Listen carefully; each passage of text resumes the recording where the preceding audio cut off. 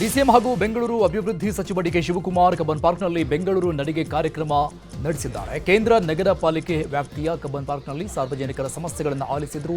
ಮೊದಲಿಗೆ ಮೈಸೂರು ದಿವಾಣರಾಗಿದ್ದ ಶೇಷಾದ್ರಿ ಅಯ್ಯರ್ ಪ್ರತಿಮೆಗೆ ಪುಷ್ಪಾರ್ಚನೆ ಮಾಡಿದರು. ಬಳಿಕ ಜನರೊಂದಿಗೆ ಸಂವಾದ ಮಾಡಿದ್ದಾರೆ. ಒಂದು ವ್ಯವಸ್ಥೆ ಮಾಡಿದ್ರೆ ಖಂಡಿತ ಚೌಟ್ರಿಗಳು ಮುಂದಿನ ದಿನಗಳಲ್ಲಿ ಒಳ್ಳೆ. ಕಬ್ಬನ್ ಪಾರ್ಕ್ನಲ್ಲಿ ಸಾರ್ವಜನಿಕರ ಜೊತೆ ಮಾತನಾಡುತ್ತಿದ್ದ ವೇಳೆ ವ್ಯಕ್ತಿಯೊಬ್ಬರು ಖಾತಾ ಬಗ್ಗೆ ಮಾತನಾಡಿದ್ದಾರೆ. ಬಿ ಖಾತಾದಿಂದ ಎ ಖಾತಾಗೆ ವರ್ಗಾವಣೆ ಮಾಡುವ ಬಗ್ಗೆ ವ್ಯಕ್ತಿಯೊಬ್ಬರು ಡಿಸಿಎಂಗೆ ಪ್ರಶಂಸೆ ವ್ಯಕ್ತಪಡಿಸಿದರು. ಈ ವೇಳೆ ಪ್ರತಿಕ್ರಿಯೆ ನೀಡಿದ ಡಿಸಿಎಂ ಡಿಕೆಶಿ, ನಿಮ್ಮಂಥ ವಿದ್ಯಾವಂತರಿಗೆ ಬಿ ಖಾತಾದಿಂದ ಎ ಖಾತಾಗೆ ವರ್ಗಾವಣೆ ಮಾಡೋದನ್ನ ಒಪ್ಪಿಗೆ ಆಗಿದೆ, ಆದರೆ ಕೆಲವರು ಸುಖ ಸುಮ್ಮನೆ ವಿರೋಧ ಮಾಡ್ತಿದ್ದಾರೆ ಅಂತ ಪರೋಕ್ಷವಾಗಿ ಕುಮಾರಸ್ವಾಮಿಗೆ ಕುಟುಕಿದ್ದಾರೆ. ಆಯುರ್ವೇದಿಕ್ ಅಲ್ಲಿಂದ ಹಿಡಿದು ನಮ್ಮ ಬಳೆಪೇಟೆವರೆಗೂ ಆ ಸ್ಟ್ರೀಟ್ ನ ನೀವು ಸಿಮೆಂಟ್ ಕಾಂಕ್ರೀಟ್ ರಸ್ತೆ ಮಾಡ್ಬಿಟ್ಟು ಸೈಡ್ ಅಲ್ಲಿ ಬ್ಯೂಟಿಫುಲ್ ಆಗಿ ಬ್ಯೂಟಿಫಿಕೇಶನ್ ಮಾಡ್ಬಿಟ್ರೆ ಅದನ್ನ ಸಖತ್ ಒಂದು ಐತಿಹಾಸಿಕ ಒಂದು ರಸ್ತೆ ಆಗತ್ತೆ. ಅದು ನಿಮ್ಮ ಒಂದು ನೇತೃತ್ವದಲ್ಲಿ ನಮ್ಮ ಪೇಟೆಗೆ ಒಂದು ಹೊಸ ಒಂದು ಕೊಡುಗೆನೂ ಆಗತ್ತೆ ಸರ್. ಆಮೇಲೆ ಇಲ್ಲಿಗಲ್ ಕನ್ಸ್ಟ್ರಕ್ಷನ್. ಇಂದಿನ ಅಹವಾಲು ಸ್ವೀಕಾರ ಕಾರ್ಯಕ್ರಮದಲ್ಲಿ ಟನಲ್ ರಸ್ತೆ ನಿರ್ಮಾಣ ಬಗ್ಗೆ ಪ್ರಸ್ತಾಪ ಕೂಡ ಆಯಿತು. ಕಬ್ಬನ್ ಪಾರ್ಕ್ನಲ್ಲಿ ಡಿಸಿಎಂ ಡಿಕೆಶಿ ಬಳಿ ಮಾತನಾಡಿದ ವ್ಯಕ್ತಿಯೊಬ್ಬರು ಯಾವುದೇ ಕಾರಣಕ್ಕೂ ಟನಲ್ ರಸ್ತೆ ಕಾಮಗಾರಿ ನಿಲ್ಲಿಸಬೇಡಿ ಅಂತ ಹೇಳಿದರು. ಮುಂಬೈನಲ್ಲಿ ಬಿಜೆಪಿಯವರೇ ಟನಲ್ ರಸ್ತೆ ಮಾಡಿದ್ದಾರೆ. ಬೆಂಗಳೂರಲ್ಲಿ ಟ್ರಾಫಿಕ್ ಸಮಸ್ಯೆ ಹೆಚ್ಚಾಗಿದೆ. ಟನಲ್ ರಸ್ತೆ ಮೂಲಕ ಟ್ರಾಫಿಕ್ ಸಮಸ್ಯೆಗೆ ಪರಿಹಾರ ಸಿಗಬಹುದು ಅಂತ ಹೇಳಿದರು. ಇದೇ ವೇಳೆ ಮಹಿಳೆಯೊಬ್ಬರು ಮಿನರ್ವಾ ಸರ್ಕಲ್ ಸುತ್ತಲಿನ ಚರಂಡಿ ಸಮಸ್ಯೆ ಬಗ್ಗೆ ಹೇಳಿಕೊಂಡಿದ್ದು ಸಮಸ್ಯೆ ಬಗೆಹರಿಸುವಂತೆ ಕೋರಿದ್ದಾರೆ. ಮಾಜಿ ಸೈನಿಕರಿಗೆ ಖಾತಾ ಮಾಡೋದ್ರಲ್ಲಿ ಸಮಸ್ಯೆ ಇದೆ. ಈ ಖಾತಾಗೆ ನಮಗೆ ಅಪ್ಲೈ ಮಾಡೋಕೆ ಆಗ್ತಿಲ್ಲ ಅಂತ ವ್ಯಕ್ತಿಯೊಬ್ಬರು ಡಿಸಿಎಂ ಬಳಿ ಸಮಸ್ಯೆ ಹೇಳ್ಕೊಂಡಿದ್ದಾರೆ. ಅವರ ಸಮಸ್ಯೆಯನ್ನ ಸಂಪೂರ್ಣವಾಗಿ ಆಲಿಸಿದ ಡಿಸಿಎಂ ಡಿಕೆ ಶಿವಕುಮಾರ್ ಸಮಸ್ಯೆ ಬಗೆಹರಿಸುವ ಆಶ್ವಾಸನೆ ನೀಡಿದರು. ನಾನು ಹಲವು ಬಾರಿ ಅರ್ಜಿ ನೀಡಿದ್ರೂ ಪರಿಹಾರ ಸಿಕ್ಕಿಲ್ಲ ಅಂತ ವ್ಯಕ್ತಿ ಹೇಳ್ತಿದ್ದಂತೆ ಡಿಸಿಎಂ ಅವರ ಬಳಿ ತಮ್ಮ ನಂಬರ್ ನೀಡುವಂತೆ ಹೇಳಿ ನಾವೇ ಕರೆ ಮಾಡಿ ಸ್ಪಂದನೆ ಕೊಡ್ತೀವಿ ಅಂತ ಹೇಳಿದ್ದಾರೆ.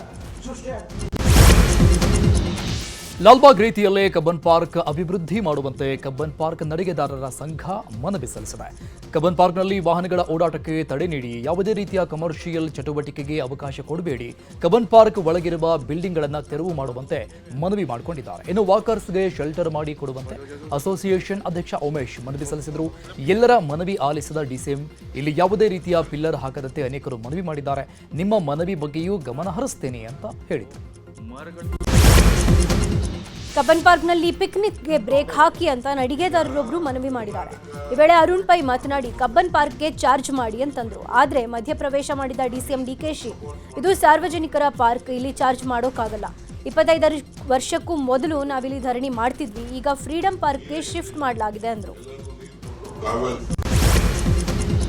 ಪದ್ಮಶ್ರೀ ಪುರಸ್ಕೃತ ರಾಜಣ್ಣ ಪಾಟರಿ ಟೌನ್ ಮೆಟ್ರೋಗೆ ಪುನೀತ್ ರಾಜ್ಕುಮಾರ್ ಹೆಸರಿಡುವಂತೆ ಮನವಿ ಮಾಡಿದರು. ಭಕ್ತಕುಂಬಾರ ಚಿತ್ರ ಅಲ್ಲೇ ಚಿತ್ರೀಕರಣವಾಗಿದೆ. ಈ ಕಾರಣದಿಂದಾಗಿ ಪಾಟರಿ ಟೌನ್ ಮೆಟ್ರೋ ಸ್ಟೇಷನ್ಗೆ ಪುನೀತ್ ರಾಜ್ಕುಮಾರ್ ಹೆಸರಿಡಬೇಕು ಅಂತ ಮನವಿ ಮಾಡಿದರು. ಇದೇ ವೇಳೆ ಸಿವಿ ರಾಮನಗರ, ಪುರಕೇಶಿ ನಗರದಲ್ಲಿ ಪೌರ ಕಾರ್ಮಿಕರಿಗೆ ಹಕ್ಕುಪತ್ರ ನೀಡುವಂತೆ ರಾಜ್ಯ ಬಹುಜನ ಫೆಡರೇಷನ್ ರಾಜ್ಯಾಧ್ಯಕ್ಷ ಜಿಎಚ್ ಜೈಶಂಕರ್ ಮನವಿ ಸಲ್ಲಿಸಿದರು. ಕಬ್ಬನ್ ಪಾರ್ಕ್ ನಡಿಗೆಯಲ್ಲೂ ಪಣತ್ತೂರಿನ ಕಳಪೆ ರಸ್ತೆಗಳ ವಿಚಾರ ಪ್ರಸ್ತಾಪ ಆಗಿದೆ. ಪಣತ್ತೂರಿನಲ್ಲಿ ರಸ್ತೆ ಮಾಡ್ತಾರೆ, ಆದರೆ 2 ದಿನಕ್ಕೆ ಮತ್ತೆ ಅಗ್ದು ಹಾಕ್ತಾರೆ ಅಂತ ಯುವತಿಯೊಬ್ಬರು ಬೇಸರ ವ್ಯಕ್ತಪಡಿಸಿದ್ರು. ಸಂಸ್ಥೆಗಳ ಮಧ್ಯೆ ಸಮನ್ವಯತೆ ಕೊರತೆ ಎದ್ದು ಕಾಣ್ತಾ ಇದೆ. ರಸ್ತೆ ಸಮಸ್ಯೆ ಬಗೆಹರಿಸುವಂತೆ ಯುವತಿ ಡಿಸಿಎಂ ಬಳಿ ಮನವಿ ಸಲ್ಲಿಸಿದ್ದಾರೆ. ಚಿಕ್ಕಪೇಟೆ, ಕಬ್ಬನ್ಪೇಟೆ, ಹಳೆ ಬೆಂಗಳೂರು ಕಡೆ ಬನ್ನಿ, ಅಲ್ಲಿ ನಮ್ಮ ಸಮಸ್ಯೆ ಆಲಿಸಿ ಅಂತ ಯುವಕನೊಬ್ಬ ಡಿಸಿಎಂಗೆ ಮನವಿ ಮಾಡಿದ್ರು. ಸಣ್ಣ ಸಣ್ಣ ರಸ್ತೆಗಳಿರೋದ್ರಿಂದ ಟ್ರಾಫಿಕ್ ಸಮಸ್ಯೆ ಇದೆ, ನಡೆಯೋಕೆ ತುಂಬಾ ಸಮಸ್ಯೆ ಇದೆ. ಧರ್ಮರಾಯಸ್ವಾಮಿ ದೇಗುಲದಿಂದ ಬಡಾಮಕಾನ್ ಒಳ್ಳೆ ರಸ್ತೆ ಮಾಡಿಕೊಡಿ ಅಂತ ಯುವಕ ಮನವಿ ಮಾಡಿದ್ದಾನೆ. ಇನ್ನು ರಸ್ತೆ ತುಂಬಾ ಕಸ ಇದೆ ಅಂತ ಬೇಸರ ವ್ಯಕ್ತಪಡಿಸಿದ್ದಾನೆ. ಈ ವೇಳೆ ಮಾತನಾಡಿದ ಡಿಕೆಶಿ, ಗಾರ್ಬೇಜ್ ನೀವೇ ಬಿಸಾಕ್ತಾ ಇರೋದು, ನಾವು ಬಂದು ಎತ್ಕೊಂಡು ಹೋಗಬೇಕು ಅಂತ ಹೇಳಿದ್ದಾರೆ. ಪ್ರತಿಭಾವಂತರಿಗೆ, ವೃತ್ತಿಪರರಿಗೆ ಟಿಕೆಟ್ ಕೊಡಿ ಸರ್. ಬಿಬಿಎಂಪಿ ಚುನಾವಣೆಗೆ ಯಾಕೆ ಹಣ ಪಡ್ಕೊಂಡು ಟಿಕೆಟ್ ಕೊಡ್ತೀರಾ? ಟಿಕೆಟ್ ಪಡೆದವರೇ ಹಣ ನೀಡಿ ಪಡೆದಿದ್ದೇವೆ ಅಂತ ಹೇಳಿದ್ದಾರೆ ಅಂತ ವ್ಯಕ್ತಿಯೊಬ್ಬರು ಡಿಸಿಎಂ ಡಿಕೆಶಿ ಮುಂದೆ ಹೇಳಿದ್ದಾರೆ. ಇದಕ್ಕೆ ಉತ್ತರ ನೀಡಿದ ಡಿಸಿಎಂ, ಯಾವ ಪಾರ್ಟಿಯಲ್ಲೂ ಹಣ ಪಡೆದು ಟಿಕೆಟ್ ನೀಡಲ್ಲ. 50,000ದವರೆಗೆ ಟಿಕೆಟ್ ಅರ್ಜಿ ತಗೋಬಹುದು, ಅದನ್ನು ಬಿಟ್ಟು ಯಾವ ದುಡ್ಡು ತಗೊಳ್ಳೋದಿಲ್ಲ. ಈ ಬಗ್ಗೆ ದೂರು ನೀಡಿ ಇವತ್ತೇ ತನಿಖೆ ಮಾಡುವಂತೆ ಆದೇಶ ಮಾಡ್ತೀನಿ ಎಂದರು. ಇನ್ನು ಕಾರ್ಯಕ್ರಮ ಮುಗಿಸಿ ಪ್ರತಿಕ್ರಿಯೆ ನೀಡಿದ ಡಿಸಿಎಂ ಡಿಕೆ ಶಿವಕುಮಾರ್, ಈಗಾಗಲೇ ಸಾವಿರಾರು ಜನರನ್ನ ಭೇಟಿ ಮಾಡಿದ್ದೀನಿ, ಸಾರ್ವಜನಿಕರ ಆಕ್ರೋಶ ಸ್ವೀಕಾರ ಮಾಡಿದ್ದೀನಿ. ನಮ್ಮ ಅಧಿಕಾರಿಗಳು ಅವರ ಜೊತೆ ಮಾತಾಡ್ತಾರೆ. 6 ದಿನ 2 ಗಂಟೆ ಜನರ ಸಮಸ್ಯೆಗಳನ್ನು ಕೇಳಿದ್ದೀನಿ. ಕಬ್ಬನ್ ಪಾರ್ಕ್ ಇಡೀ ದೇಶಕ್ಕೆ ಹೆಸರುವಾಸಿ. ಇಲ್ಲಿ ಯಾವುದೇ ನಿರ್ಮಾಣ ಕೆಲಸಕ್ಕೆ ಅವಕಾಶ ಕೊಡಲ್ಲ. ಎಲ್ಲ ಗೇಟ್ಗಳಲ್ಲೂ ಕ್ಯಾಮೆರಾ ಅಳವಡಿಸ್ತೇವೆ. ಬಜೆಟ್ ಬಗ್ಗೆ ನಾನು ಮಾತನಾಡ್ತೀನಿ. ಹಾರ್ಟಿಕಲ್ಚರ್ ಡಿಪಾರ್ಟ್ಮೆಂಟ್ ಜೊತೆ ಮಾತನಾಡ್ತೀನಿ. ಆಗಿಲ್ಲ ಅಂದರೆ GBA ವತಿಯಿಂದ ಹಣ ನೀಡೋ ವ್ಯವಸ್ಥೆ ಮಾಡ್ತೀವಿ ಅಂತ ಹೇಳಿದರು. ಈಗ ರಾಜ್ಯದ ಸುದ್ದಿಗಳನ್ನು ನೋಡ್ತಾ ಹೋಗೋಣ. ಪಾರ್ಶ್ವವಾಯು ಜಾಗೃತಿಗಾಗಿ ಬೆಂಗಳೂರಲ್ಲಿ ಅಪೋಲೋ ಆಸ್ಪತ್ರೆ ವತಿಯಿಂದ ಜಾಗೃತಿ ರನ್ ಆಯೋಜನೆ ಮಾಡಲಾಗಿದೆ. ಬೆಂಗಳೂರಿನ ಜಯನಗರದಲ್ಲಿರುವ ಚೆನ್ನಮ್ಮ ಮೈದಾನದಲ್ಲಿ ರನ್ಗೆ ಚಾಲನೆಯನ್ನ ನೀಡಲಾಗಿದೆ. ಸುಮಾರು 4,000 ಮಂದಿ ಜಾಗೃತಿ ರನ್ನಲ್ಲಿ ಭಾಗಿಯಾಗಿದ್ದರು. ಅಪೋಲೋ ಆಸ್ಪತ್ರೆ ನರರೋಗ ಮತ್ತು ಪಾರ್ಶ್ವವಾಯು ತಜ್ಞ ಡಾಕ್ಟರ್ ಸೂರ್ಯನಾರಾಯಣ ಮಾತನಾಡಿ, ದೇಶದಲ್ಲಿ ಇತ್ತೀಚೆಗೆ ಸ್ಟ್ರೋಕ್ಗೆ ಒಳಗಾಗ್ತಾ ಇರುವಂತಹ ಸಂಖ್ಯೆ ಜಾಸ್ತಿ ಆಗ್ತಾ ಇದೆ. ಇದ್ರ ಬಗ್ಗೆ ಜನರಿಗೆ ಅರಿವು ಮೂಡಿಸಬೇಕು ಅಂದರು. ದಿನಸಿ ಅಂಗಡಿ ಬೆಂಕಿಗೆ ಆಹುತಿಯಾಗಿರುವ ಘಟನೆ ಬೆಂಗಳೂರಿನ ಬನಶಂಕರಿಯ ಬ್ಯಾಂಕ್ ಕಾಲೋನಿಯಲ್ಲಿ ನಡೆದಿದೆ. ಕಳೆದ ರಾತ್ರಿ 11 ಗಂಟೆ ಸುಮಾರಿಗೆ ಶಂಭು ಶೆಟ್ಟಿ ಅನ್ನೂರಿಗೆ ಸೇರಿದ ಡಿಪಾರ್ಟ್ಮೆಂಟಲ್ ಸ್ಟೋರ್ನಲ್ಲಿ ಬೆಂಕಿ ಕಾಣಿಸಿಕೊಂಡಿದ್ದು, ಅಂಗಡಿಯಲ್ಲಿ ಅಡುಗೆ ಎಣ್ಣೆ ತುಪ್ಪ ಇರುವ ಕಾರಣ ಬೆಂಕಿ ವ್ಯಾಪಕವಾಗಿ ಹತ್ತಿಕೊಂಡಿತ್ತು. ಕೂಡಲೇ ಸ್ಥಳಕ್ಕೆ ಧಾವಿಸಿದ ಅಗ್ನಿಶಾಮಕ ಸಿಬ್ಬಂದಿ ಹರಸಾಹಸಪಟ್ಟು ಬೆಂಕಿ ಆರಿಸಿದ್ದಾರೆ. ಗ್ರೌಂಡ್ ಫ್ಲೋರ್ನಲ್ಲಿ UPS ಸಿಡಿದು ಬೆಂಕಿ ಅನಾಹುತ ಶಂಕೆ ವ್ಯಕ್ತವಾಗಿದ್ದು, ಮೊದಲ ಫ್ಲೋರ್ವರೆಗೂ ಬೆಂಕಿ ಹೊತ್ತುಕೊಂಡಿದೆ. ಈ ಘಟನೆಯಲ್ಲಿ ಲಕ್ಷಾಂತರ ಮೌಲ್ಯದ ವಸ್ತುಗಳು ಬೆಂಕಿಗೆ ಆಹುತಿಯಾಗಿದ್ದು, ಇನ್ನು ಘಟನೆ ಸಂಬಂಧಪಟ್ಟಂತೆ ಗಿರಿನಗರ ಪೊಲೀಸ್ ಠಾಣೆಯಲ್ಲಿ ಕೇಸ್ ದಾಖಲಾಗಿದೆ. ರೈತರಿಗೆ ಕಳಪೆ ಭತ್ತದ ಬೀಜ ವಿತರಣೆ ಮಾಡಿದ್ದು, ಬೆಳೆ ಬಾರದ ಹಿನ್ನೆಲೆ ಬೀಜ ವಿತರಣೆ ಮಾಡಿದ ಖಾಸಗಿ ಟ್ರೇಡಿಂಗ್ ಕಂಪನಿಗೆ ರೈತರು ಮುತ್ತಿಗೆ ಹಾಕಿರುವ ಘಟನೆ ಕೊಪ್ಪಳ ಜಿಲ್ಲೆಯ ಕನಕಗಿರಿ ಪಟ್ಟಣದಲ್ಲಿ ನಡೆದಿದೆ. ಲಲಿತಾ ಟ್ರೇಡಿಂಗ್ ಕಂಪನಿಗೆ ಮುತ್ತಿಗೆ ಹಾಕಿ ಅನ್ನದಾತರು ಆಕ್ರೋಶ ವ್ಯಕ್ತಪಡಿಸಿದ್ದಾರೆ. ಬೆಳೆ ಬಾರದೆ ಸಂಕಷ್ಟಕ್ಕೆ ಸಿಲುಕಿದ್ದು ಸೂಕ್ತ ಪರಿಹಾರ ನೀಡಬೇಕು ಅಂತ ಆಗ್ರಹಿಸಿದ್ದಾರೆ. ಒಂದು ವೇಳೆ ಹಣ ನೀಡದೇ ಇದ್ರೆ ಕಾನೂನು ಹೋರಾಟ ಮಾಡುವುದಾಗಿ ಎಚ್ಚರಿಕೆ ನೀಡಿದ್ದಾರೆ. ಇನ್ನು ಸುದ್ದಿ ತಿಳಿದು ಸ್ಥಳಕ್ಕೆ ಆಗಮಿಸಿದ ಪೊಲೀಸರು ರೈತರ ಮನವೊಲಿಸಲು ಪ್ರಯತ್ನಿಸಿದ್ದಾರೆ. ಕಳೆದ 4-5 ದಿನಗಳಿಂದ ಸುರಿತಾ ಇರುವ ನಿರಂತರ ಮಳೆಗೆ ಮೆಕ್ಕೆಜೋಳ ಚೀಲದಲ್ಲೇ ಮೊಳಕೆ ಒಡೆದಿರುವ ಘಟನೆ ದಾವಣಗೆರೆ ಜಿಲ್ಲೆ ಜಗಳೂರು ತಾಲೂಕಲ್ಲಿ ನಡೆದಿದೆ. ಮಳೆಯ ಹಿನ್ನೆಲೆಯಲ್ಲಿ ಮೆಕ್ಕೆಜೋಳವನ್ನು ಜಗಳೂರು APMC ವಾರ್ಡ್ನಲ್ಲಿ ಇಟ್ಟಿದ್ರು. ಮಳೆಯಿಂದ ಚೀಲಗಳು ಒದ್ದೆಯಾಗಿ ಮಾರಾಟಕ್ಕೆ ಅಂತ ಇಟ್ಟಿದ್ದ ಮೆಕ್ಕೆಜೋಳ ಮೊಳಕೆ ಒಡೆದಿದೆ. ಏನೋ ಸಾಲ ಶೂಲ ಮಾಡಿ ಬೆಳೆದಿದ್ದ ಮೆಕ್ಕೆಜೋಳ ಮಳೆ ನೀರಿಗೆ ಸಂಪೂರ್ಣ ಹಾನಿಯಾಗಿದ್ದು, ಅನ್ನದಾತರು ಕಣ್ಣೀರು ಹಾಕುವ ಸ್ಥಿತಿ ನಿರ್ಮಾಣ ಆಗಿದೆ. ಮಳೆಯಿಂದ ಬೆಳೆ ಹಾನಿಯಾಗಿದ್ದು, ರಾಜ್ಯ ಸರ್ಕಾರ ಸಹಾಯಕ್ಕೆ ಧಾವಿಸಬೇಕು ಅಂತ ಅನ್ನದಾತರು ಆಗ್ರಹಿಸಿದ್ದಾರೆ. ಬಸವಕಲ್ಯಾಣ ನಗರದಲ್ಲಿ ನಗರಸಭೆ ವತಿಯಿಂದ ನಿರ್ಮಿಸಲಾಗಿರುವ ಈ ಟಾಯ್ಲೆಟ್ಗಳ ಸೂಕ್ತ ನಿರ್ವಹಣೆ ಇಲ್ಲದೆ ಪಾಳು ಬಿದ್ದಿದ್ದು ಸಾರ್ವಜನಿಕರ ಬಳಕೆಗೆ ಯೋಗ್ಯವಾಗಿಲ್ಲ. 2021-22ನೇ ಸಾಲಿನಲ್ಲಿ ನಗರದ ಸದಾನಂದ ಮಠ ತಾಲೂಕು ಆಸ್ಪತ್ರೆ ಹತ್ತಿರ ಸೇರಿದಂತೆ ಬಹುತೇಕ ಕಡೆಗಳಲ್ಲಿ ಈ ಟಾಯ್ಲೆಟ್ಗಳನ್ನು ನಿರ್ಮಿಸಲಾಗಿತ್ತು. ಕೆಲ ತಿಂಗಳಿಂದ ಈ ಟಾಯ್ಲೆಟ್ಗಳು ಮುಚ್ಚಿದ ಬಾಗಿಲು ತೆರೆದೇ ಇಲ್ಲ. ಇನ್ನು ಲಕ್ಷಾಂತರ ರೂಪಾಯಿ ವೆಚ್ಚ ಮಾಡಿ ನಿರ್ಮಿಸಲಾಗಿರುವ ಟಾಯ್ಲೆಟ್ಗಳನ್ನು ಸೂಕ್ತ ನಿರ್ವಹಣೆ ಮಾಡದೆ ನಗರಸಭೆ ಅಧಿಕಾರಿಗಳು ಕಣ್ಮುಚ್ಚಿ ಕುಳಿತಿರೋದು ವಿಪರ್ಯಾಸ. ಕೂಡಲೇ ಈ ಟಾಯ್ಲೆಟ್ಗಳನ್ನು ದುರಸ್ತಿಗೊಳಿಸಿ ಸಾರ್ವಜನಿಕರ ಬಳಕೆಗೆ ಅನುಕೂಲ ಮಾಡಿಕೊಡಬೇಕು ಅಂತ ಸ್ಥಳೀಯರು ಒತ್ತಾಯಿಸಿದ್ದಾರೆ.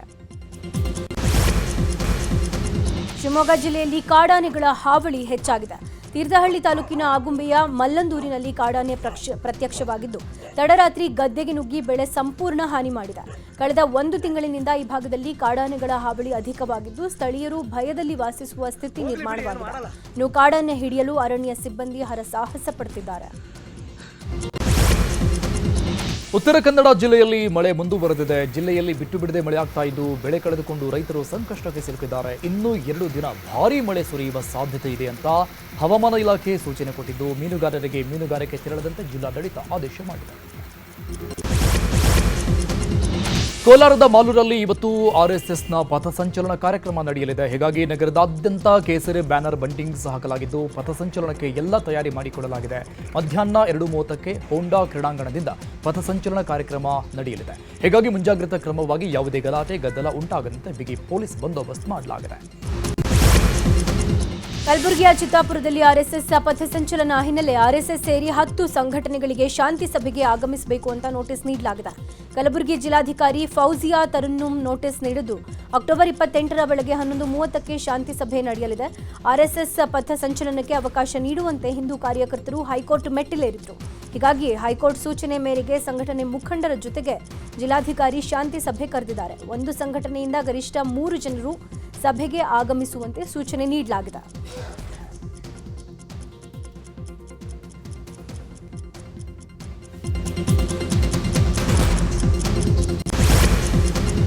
ಈಗ ರಾಜಕೀಯದ ಪ್ರಮುಖ ಸುದ್ದಿಗಳನ್ನು ನೋಡೋಣ. ಬೆಳಗಾವಿಯ ಅಥಣಿ ತಾಲೂಕಿನ ಕೃಷ್ಣಾ ಸಹಕಾರಿ ಸಕ್ಕರೆ ಕಾರ್ಖಾನೆ ಚುನಾವಣೆಗೆ ಮತದಾನ ಆರಂಭ ಆಗಿದೆ. ಸಕ್ಕರೆ ಕಾರ್ಖಾನೆ ಆವರಣದಲ್ಲಿ ಮತದಾನ ನಡೀತಾ ಇದ್ದು ಸಂಜೆ 4 ಗಂಟೆಯವರೆಗೆ ಮತದಾನ ನಡೆಯಲಿದೆ. ಬಳಿಕ 5 ಗಂಟೆ ಮತ ಎಣಿಕೆ ಕಾರ್ಯ ನಡೆಯಲಿದ್ದು ಒಟ್ಟು 12,000 ಜನ ಮತದಾರರಿದ್ದು ಸರದಿ ಸಾಲಲ್ಲಿ ನಿಂತು ಮತದಾನ ಮಾಡುತ್ತಿದ್ದಾರೆ.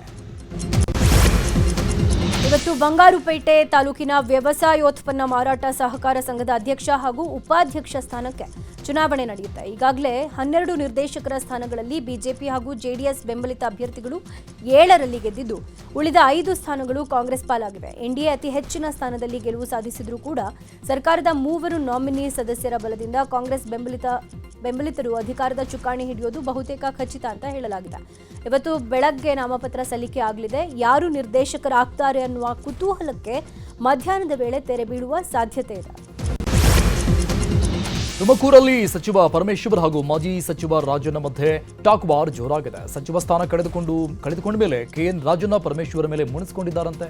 ಇದೇ ವಿಚಾರವಾಗಿ ತುಮಕೂರಲ್ಲಿ ಚರ್ಚೆಗಳು ಕೂಡ ಜೋರಾಗಿದೆ. ಪರಮೇಶ್ವರ್ ವಿರುದ್ಧ ರಾಜಣ್ಣ ಸಿಡಿದಿದ್ಯಾಕೆ ಅನ್ನೋ ಚರ್ಚೆ ನಡೀತಾ ಇದೆ. ರಾಜಣ್ಣ ಪರಮೇಶ್ವರ್ ಮಧ್ಯೆ ವೈಮನಸ್ಸು ಮೂಡಿದ್ಯಾಕೆ ಅಂತ ರಾಜಕೀಯ ವಿಶ್ಲೇಷಣೆ ಮಾಡಲಾಗ್ತಾ ಇದೆ. ಟನಲ್ ರೋಡ್ ವಿಚಾರವಾಗಿ ಡಿಸಿಎಂ ಡಿಕೆಶಿ ಹಾಗೂ ಸಂಸದ ತೇಜಸ್ವಿ ಸೂರ್ಯ ಮಧ್ಯೆ ಟಾಕ್ ವಾರ್ ನಡೆದಿತ್ತು. ಡಿಕೆಶಿ ತಿರುಗೇಟು ನೀಡಿರುವ ಬಗ್ಗೆ ತೇಜಸ್ವಿ ಸೂರ್ಯ ಈಗ ಪ್ರತಿಕ್ರಿಯೆ ನೀಡಿದ್ದಾರೆ. ನಿನ್ನೆಯೇ ನಾನು ಡಿಸಿಎಂ ಕಚೇರಿ ಅವರ ಜೊತೆ ಮಾತನಾಡಿದ್ದೇನೆ. ಟನಲ್ ರೋಡ್ ಇಲ್ಲ ಅಂದ್ರೆ ಅದಕ್ಕೆ ಪರ್ಯಾಯ ವ್ಯವಸ್ಥೆ ಏನು ಅನ್ನೋದನ್ನ ಚರ್ಚೆ ಮಾಡೋಕೆ ಅವರು ಸಲಹೆ ಕೇಳಿದ್ದಾರೆ. ಬೆಂಗಳೂರಿಗೆ ಒಳ್ಳೇದು ಮಾಡಬೇಕು ಅನ್ನೋ ಮನಸ್ಥಿತಿ ಡಿಕೆಶಿಗಿದೆ. ಅವರನ್ನ ಭೇಟಿಯಾಗಿ ಟನಲ್ ರೋಡ್ನ ಸಾಧಕ ಬಾಧಕಗಳ ಬಗ್ಗೆ ಚರ್ಚೆ ಮಾಡ್ತೀನಿ ಅಂದರು. ಇನ್ನು ರಾಜ್ಯ ಹಾಗೂ ರಾಷ್ಟ್ರ ಕಂಡ ವರ್ಣರಂಜಿತ ರಾಜಕಾರಣಿ ದಿವಂಗತ ಸಾರೆಕೊಪ್ಪ ಬಂಗಾರಪ್ಪನವರ 93ನೇ ಜನ್ಮದಿನೋತ್ಸವ. ಈ ಹಿನ್ನೆಲೆಯಲ್ಲಿ ಶಿವಮೊಗ್ಗ ಜಿಲ್ಲೆ ಸೊರಬದ ಬಂಗಾರಧಾಮದಲ್ಲಿ ಅದ್ಧೂರಿಯಾಗಿ ಆಚರಿಸಲು ಸಿದ್ಧತೆ ಮಾಡಿಕೊಳ್ಳಲಾಗಿದೆ. ದಿವಂಗತ ಎಸ್ ಬಂಗಾರಪ್ಪ ಅವರ ಜನ್ಮದಿನೋತ್ಸವದಲ್ಲಿ ರಾಜಕೀಯ ಗಣ್ಯರು, ಅಭಿಮಾನಿಗಳು ಸೊರಬದ ಬಂಗಾರಧಾಮಕ್ಕೆ ಭೇಟಿ ಕೊಡಲಿದ್ದಾರೆ. ಪ್ರವಾಸಿಗರ ಸಂಖ್ಯೆಯಲ್ಲಿ ಏರಿಕೆಯಾಗುವ ಸಾಧ್ಯತೆ ಕೂಡ ಇದೆ.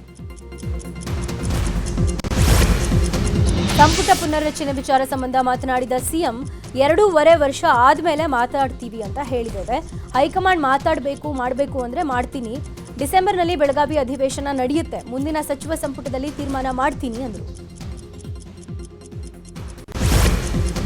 ಚಿತ್ರದುರ್ಗದಲ್ಲಿ ಕಿಟಕಿ ಗ್ಲಾಸ್ ಒಡೆದು 3ನೇ ಕ್ಲಾಸ್ ವಿದ್ಯಾರ್ಥಿಗೆ ಗಂಭೀರ ಗಾಯ ಆಗಿರುವ ಪ್ರಕರಣಕ್ಕೆ ಮತ್ತೊಂದು ತಿರುವು ಸಿಕ್ಕಿದೆ. ವಿದ್ಯಾರ್ಥಿ ತಾಯಿ ಇದೇ ಪ್ರಕರಣಕ್ಕೆ ಮತ್ತೊಂದು ದೂರನ್ನ ನೀಡಿದ್ದಾರೆ.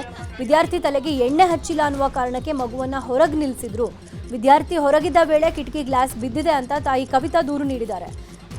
ನ್ಯೂ ಲಿಟಲ್ ಪೇರಿಸ್ ಶಾಲೆಯ ಮುಖ್ಯ ಶಿಕ್ಷಕರು ಹಾಗೂ ಆಡಳಿತ ಮಂಡಳಿ ವಿರುದ್ಧ ದೂರನ್ನ ದಾಖಲು ಮಾಡಲಾಗಿದೆ. ಚಿಕ್ಕಮಗಳೂರಿನ ಹೋಂಸ್ಟೇನಲ್ಲಿ ಯುವತಿ ಅನುಮಾನಾಸ್ಪದ ಸಾವು ಪ್ರಕರಣ ಸಂಬಂಧಪಟ್ಟಂಗೆ ಮೃತ ರಂಜಿತಾ ಸಾವಿನ ಹಿಂದೆ ಹಲವು ಅನುಮಾನಗಳು ಹುಟ್ಟಿಕೊಳ್ತಾ ಇದೆ. ಬೇಲೂರು ತಾಲೂಕಿನ ದೇವಲಪುರ ನಿವಾಸಿ ರಂಜಿತಾ ಮೂಡಿಗೆರೆ ತಾಲೂಕಿನ ಹಿಪ್ಲಾ ಹೋಂಸ್ಟೇನಲ್ಲಿ ಸ್ನೇಹಿತೆಯ ಜೊತೆ ತಂಗಿದ್ಲು. ಸ್ನೇಹಿತೆಯ ಎಂಗೇಜ್ಮೆಂಟ್ಗೆ ಅಂತ ರೇಖಾ ಜೊತೆ ರಂಜಿತಾ ಬಂದಿದ್ಲು. ಆದರೆ ಹೋಂಸ್ಟೇನ ಸ್ನಾನದ ಗೃಹದಲ್ಲಿ ರಂಜಿತಾ ಅನುಮಾನಾಸ್ಪದವಾಗಿ ಮೃತಪಟ್ಟಿದ್ದಾಳೆ. ಆದರೆ ಹಿಪ್ಲಾ ಹೋಂಸ್ಟೇನಲ್ಲಿ ಸಿಸಿಟಿವಿ ಕ್ಯಾಮೆರಾಗಳು ಕೆಟ್ಟಿದ್ದು ಅಲ್ಲದೆ ಹೋಂಸ್ಟೇನಲ್ಲಿ ವಾಸ್ತವ್ಯ ಹೂಡಿದ್ದವರ ಮಾಹಿತಿಯೂ ನಿಗೂಢವಾಗಿದ್ದು ಹಲವು ಅನುಮಾನಗಳು ಸೃಷ್ಟಿಸಿದೆ. ತಮಿಳುನಾಡಿನ ಫಿಲ್ಮ್ ಸಿಟಿ ಮಾಲೀಕನ ಮೇಲೆ ಬೆಂಗಳೂರಲ್ಲಿ ಎಫ್ಐಆರ್ ದಾಖಲಾಗಿದೆ. ಫ್ಯಾಷನ್ ಡಿಸೈನರ್ಗೆ ಪ್ರೀತಿ ಹೆಸರಲ್ಲಿ ಕಾಟ ಕೊಟ್ಟ ಆರೋಪ ಹಿನ್ನೆಲೆಯಲ್ಲಿ ಸಂತೋಷ್ ರೆಡ್ಡಿ ವಿರುದ್ಧ ದೂರು ವೈಯಾಲಿಕಾವಲ್ ಪೊಲೀಸ್ ಠಾಣೆಯಲ್ಲಿ ದಾಖಲಾಗಿದೆ. ತನ್ನ ಕಸಿನ್ ಮದುವೆಗೆ ಬಟ್ಟೆ ಬೇಕು ಅಂತ ಸಂತೋಷ್ ರೆಡ್ಡಿ ಮಗಳು ಫ್ಯಾಷನ್ ಡಿಸೈನರ್ ಸಂಪರ್ಕ ಮಾಡಿದ್ರು. ಸದ್ಯ ಮಗಳ ಕಾಂಟ್ಯಾಕ್ಟ್ ಬಳಸಿಕೊಂಡೇ ಸಂತೋಷ್ ರೆಡ್ಡಿ ಸಂಪರ್ಕ ಬೆಳೆಸಿದ್ದ. ಬಳಿಕ ಪರಿಚಯ ಮಾಡಿಕೊಂಡು ಸ್ನೇಹ ಬೆಳೆಸಿದ್ದ. ನಂತರ ಮಹಿಳೆ ಇರೋ ಬೆಂಗಳೂರು ನಿವಾಸಕ್ಕೆ ಸಂತೋಷ್ ರೆಡ್ಡಿ ಬಂದಿದ್ದ. ಇದೇ ವೇಳೆ ತನ್ನ ಪ್ರೀತಿ ಹೇಳಿಕೊಂಡಿದ್ದ. ಅಲ್ಲದೆ ನೀನು ಪ್ರೀತಿಸಲೇಬೇಕು ಅಂತ ಒತ್ತಾಯಿಸಿದ್ದ. ಇದಕ್ಕೆ ಮಹಿಳೆ ಇಲ್ಲ ಅಂದಿದ್ದಕ್ಕೆ ಹಲ್ಲೆ ನಡೆಸಿ ಕೊಲೆ ಬೆದರಿಕೆ ಹಾಕಿದ್ದಾನೆ. ಸದ್ಯ ಪ್ರಕರಣ ದಾಖಲಿಸಿಕೊಂಡಿರುವ ಪೊಲೀಸರು ತನಿಖೆ ಮುಂದುವರೆಸಿದ್ದಾರೆ. ಸಿನಿಮಾ ಸ್ಟೈಲ್ನಲ್ಲಿ ಶ್ರೀಗಂಧದ ಮರ ಸಾಗಾಟ ಮಾಡ್ತಾ ಇದ್ದ ಗ್ಯಾಂಗ್ ಅನ್ನ ಬಂಧಿಸಲಾಗಿದೆ. ಬೆಂಗಳೂರಿನ ಸಿದ್ದಾಪುರ ಪೊಲೀಸರು ಕಾರ್ಯಾಚರಣೆ ನಡೆಸಿ ಖತರ್ನಾಕ್ ಗ್ಯಾಂಗ್ನ ಅರೆಸ್ಟ್ ಮಾಡಿದ್ದಾರೆ. ಈರುಳ್ಳಿ ಮೂಟೆ ಅಂತ ಶ್ರೀಗಂಧದ ಮರಗಳನ್ನು ಕರ್ನೂಲಿಂದ ಬೆಂಗಳೂರಿಗೆ ಸಾಗಿಸಲಾಗ್ತಾ ಇತ್ತು. ಈ ವೇಳೆ ಪೊಲೀಸರು ಟೆಂಪೋವನ್ನು ತಡೆದು ಪರಿಶೀಲನೆ ನಡೆಸಿದಾಗ ಶ್ರೀಗಂಧದ ಮರಗಳು ಪತ್ತೆಯಾಗಿವೆ. ಕೂಡಲೇ ಮೂವರನ್ನ ಬಂಧಿಸಿ 790 ಕೆಜಿಯ 18 ಶ್ರೀಗಂಧದ ಮರದ ತುಂಡುಗಳನ್ನು ಜಪ್ತಿ ಮಾಡಿದ್ದಾರೆ. ಶಾಲೆಗೆ ದಸರಾ ದೀಪಾವಳಿ ರಜೆ ಇದ್ದಿದ್ದನ್ನೇ ಬಂಡವಾಳ ಮಾಡಿಕೊಂಡ ಖದೀಮರು ಶಾಲೆಯ ಬೀಗ ಮುರಿದು ಬಿಸಿಯೂಟದ ಪಾತ್ರೆ ಪರಿಕರಗಳನ್ನು ಕಳ್ಳತನ ಮಾಡಿದ್ದಾರೆ. ದಾವಣಗೆರೆಯ ನ್ಯಾಮತಿ ಸರ್ಕಾರಿ ಶಾಲೆಯಲ್ಲಿ ಘಟನೆ ನಡೆದಿದೆ. ಸಿಸಿ ಕ್ಯಾಮೆರಾಗೆ ಕಲ್ಲು ಹೊಡೆದು ಜಖಂಗೊಳಿಸಿದ ಖದೀಮರು ಬಳಿಕ ಪಾತ್ರೆ ಹೊತ್ಕೊಂಡು ಹೋಗಿದ್ದಾರೆ. ಸಿಸಿ ಕ್ಯಾಮೆರಾಗೆ ಖದೀಮನೋರ್ವ ಕಲ್ಲು ಎಸೆಯುವ ದೃಶ್ಯ ಸೆರೆಯಾಗಿದೆ. ನ್ಯಾಮತಿ ಪೊಲೀಸ್ ಠಾಣೆಯಲ್ಲಿ ಪ್ರಕರಣ ದಾಖಲಾಗಿದ್ದು ಪೊಲೀಸರು ತಲಾಶ್ ಮಾಡುತ್ತಿದ್ದಾರೆ. ಧರ್ಮಸ್ಥಳ ಬುರುಡೆ ಕೇಸ್ನಲ್ಲಿ ಮತ್ತೊಂದು ಮಹತ್ವದ ಬೆಳವಣಿಗೆ ನಡೆದಿದೆ. ಬುರುಡೆ ಷಡ್ಯಂತ್ರದ ವಿಚಾರಣೆಗಾಗಿ 4 ಎಸ್ಐಟಿ ನೋಟಿಸ್ ನೀಡಿದೆ. ನಾಳೆ ಬೆಳಗ್ಗೆ ಬೆಳ್ತಂಗಡಿ ಎಸ್ಐಟಿ ಕಚೇರಿಗೆ ಹಾಜರಾಗುವಂತೆ ಮಹೇಶ್ ಶೆಟ್ಟಿ ತಿಮ್ರೋಡಿ, ಗಿರೀಶ್ ಮಟ್ಟಣ್ಣನವರ್, ಜಯಂತ್ ಟಿ ಹಾಗೂ ವಿಠಲಗೌಡಗೆ ಸೂಚನೆ ನೀಡಲಾಗಿದೆ. ಅಲ್ಲದೆ ವಿಚಾರಣೆಗೆ ಹಾಜರಾಗದೇ ಇದ್ರೆ ಬಂಧಿಸಲಾಗುತ್ತೆ ಅಂತಲೂ ಎಚ್ಚರಿಕೆ ನೀಡಲಾಗಿದೆ. ಬಂಗಾಳಕೊಲ್ಲಿಯಲ್ಲಿ ವಾಯುಭಾರ ಕುಸಿತದಿಂದ ಚಂಡಮಾರುತ ಸೃಷ್ಟಿಯಾಗಿದ್ದು ಅಕ್ಟೋಬರ್ 27ರ ವೇಳೆಗೆ ನೈಋತ್ಯ ಮತ್ತು ಪಕ್ಕದ ಪಶ್ಚಿಮ ಮಧ್ಯ ಬಂಗಾಳಕೊಲ್ಲಿಯಲ್ಲಿ ಚಂಡಮಾರುತ ತೀವ್ರಗೊಳ್ಳುವ ಸಾಧ್ಯತೆ ಇದೆ. ಅಕ್ಟೋಬರ್ 28ರ ವೇಳೆಗೆ ಚಂಡಮಾರುತ ತೀವ್ರಗೊಳ್ಳಲಿದೆ.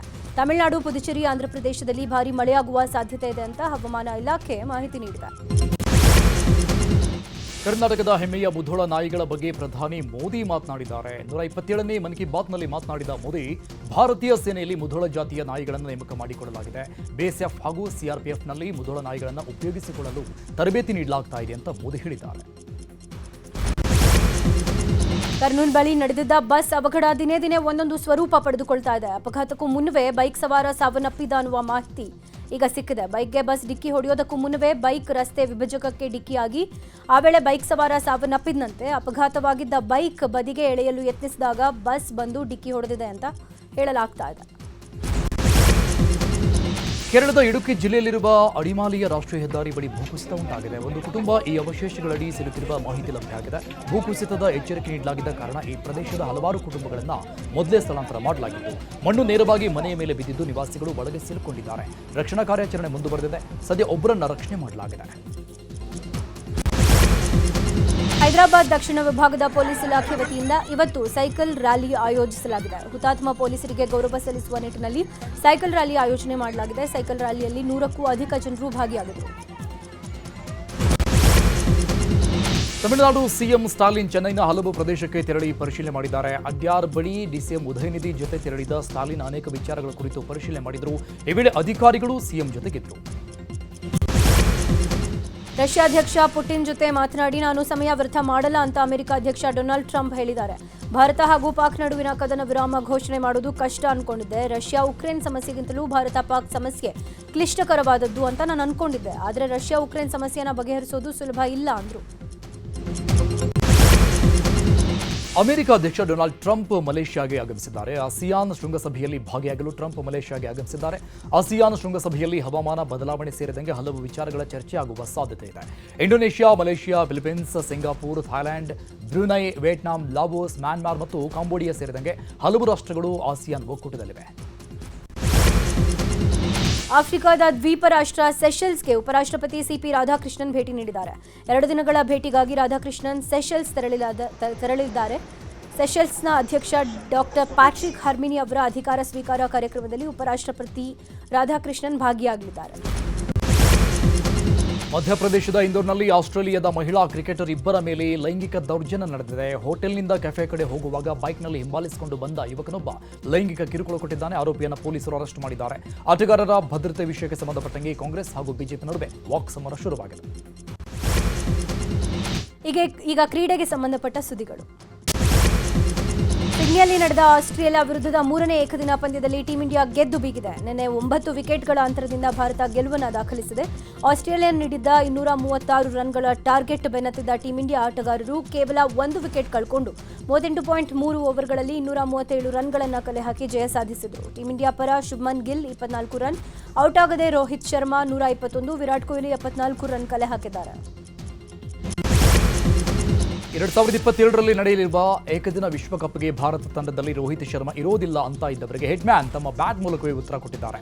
ಆಸ್ಟ್ರೇಲಿಯಾ ಪ್ರವಾಸದ ಮೊದಲ ಪಂದ್ಯದಲ್ಲಿ ನಿರಾಸೆ ಮೂಡಿಸಿದ ರೋಹಿತ್ 2ನೇ ಪಂದ್ಯದಲ್ಲಿ ಅರ್ಧ ಶತಕ ಬಾರಿಸಿದರು. ನಿನ್ನೆ ನಡೆದ 3ನೇ ಏಕದಿನ ಪಂದ್ಯದಲ್ಲಿ ಅಮೋಘ ಶತಕ ಸಿಡಿಸಿ ಮಿಂಚಿದ್ದಾರೆ. Rajinikanth back to back busy ಇದ್ದಾರೆ. ಸದ್ಯ ಜೈಲರ್ 2 ಮಾಡ್ತಾ ಇರುವ ತಲೈವಾ, ಅದಾದ್ಮೇಲೆ ಕಮಲ್ ಹಾಸನ್ ಕಾಂಬಿನೇಷನ್ ಅಲ್ಲಿ ಒಂದು ಸಿನಿಮಾ ಮಾಡಲಿದ್ದಾರೆ. ಇದರ ನಡುವೆ ಮತ್ತೊಂದು ಪ್ರಾಜೆಕ್ಟ್ಗೆ ರಜನಿ ಒಪ್ಕೊಂಡಿದ್ದು ಖುಷ್ಬೂ ಪತಿ ಸುಂದರ್ ಸಿ ಈ ಚಿತ್ರಕ್ಕೆ ಆಕ್ಷನ್ ಕಟ್ ಹೇಳಿದ್ದಾರೆ.